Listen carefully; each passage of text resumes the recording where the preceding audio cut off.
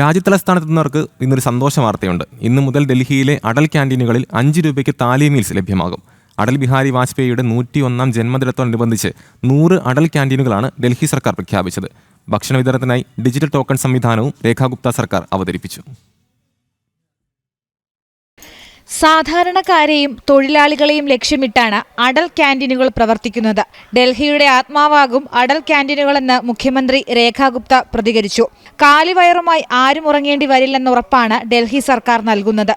RK പുരം, ജഗൻപുര, greater Kailash തുടങ്ങി 45 ഇടങ്ങളിലാണ് ഇന്ന് അടൽ ക്യാൻറ്റീനുകൾ പ്രവർത്തനം ആരംഭിച്ചത്.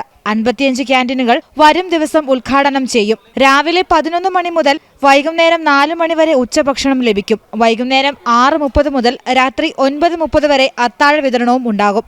ഓരോ അടൽ ക്യാൻറ്റീനുകളിലും 500 പേർക്ക് ഭക്ഷണം നൽകാനുള്ള സൗകര്യമുണ്ട്. പരിപ്പ്, ചോറ്, ചപ്പാത്തി, വെജിറ്റബിൾ കറി, അച്ചാർ എന്നിവയാണ് താലിയിലുണ്ടാവുക.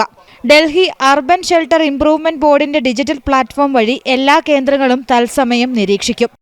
നാഷണൽ ഡെസ്ക്, ജനം.